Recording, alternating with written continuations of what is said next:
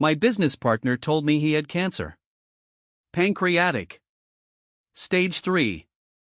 I cried in my car for 20 minutes after he told me. I moved $340,000 from our company accounts into his personal fund without a second thought. That is what you do for someone you built something with. For someone you love. Except, he did not have cancer. He never did. And I had the proof for 6 months before I said a single word. 5 years. That is how long Noah and I had been partners. We built the business from a $40,000 loan and a shared document. By year 4 we were clearing $1.2 million in annual revenue. I trusted Noah the way you trust family. The kind of trust you do not examine because examining it would mean admitting it could break. My brother Ryan had warned me twice that the books felt off. I told him he was being paranoid. I was wrong. Noah was the kind of person who made every room feel like it was built for him. Charming in the first minute. Disarming in the second. He had the talent that makes people stop questioning. The kind of confidence that reads as honesty when you do not look too closely. I had never looked too closely. Not until the diagnosis. And after the diagnosis, I looked at everything. He told me in the hospital parking lot. He said it quietly. The way people say things they have practiced. Pancreatic cancer. Stage 3. He showed me a printed document. I did not read it carefully. Who reads a medical document carefully when their best friend is standing in front of them telling them they are dying? I hugged him. I told him we would get through it. He cried. I believed every second of it. Over the following 3 months, I authorized 3 separate transfers. 30,000, then 80, then 230,000. The first 2 were for treatment costs. The third was for an experimental program in Europe. I did not ask for invoices.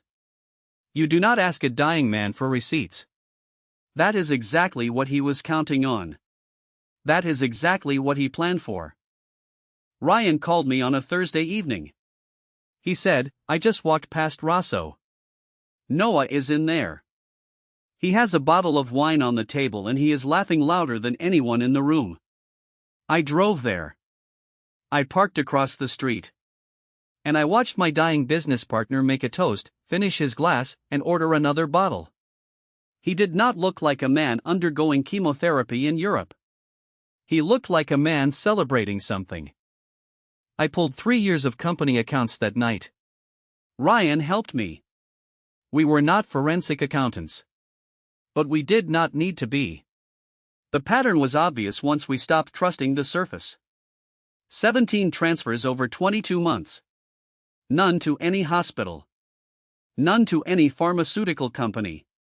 None to any name I could connect to a medical institution. All of them routed through a shell company registered in another state. A company with Noah's initials in the name. A colleague pointed me to a firm that specialized in fraud cases. I met with them alone. I did not tell Noah, I did not tell anyone. I handed them everything I had found and I said, find out if Noah is actually sick. It took them 9 days.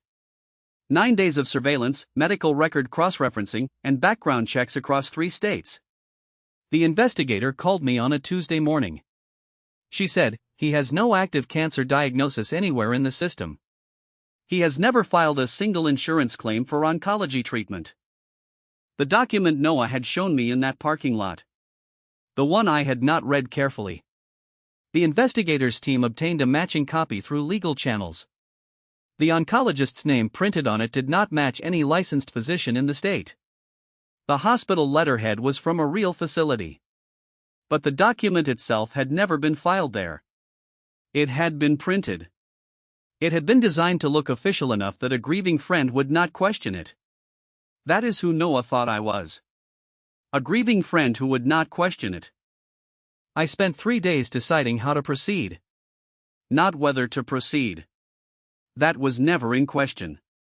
How? Ryan suggested I confront him directly. I did not. Because direct confrontation gives someone a warning. What I needed was documentation he could not walk back from. I drafted a company expansion proposal with a real requirement: all partners complete a medical evaluation for a new company life insurance policy. A policy that would require a current verified diagnosis from a licensed physician. I sent it to Noah as routine business. And I waited. He came to my office 2 days after I sent the proposal.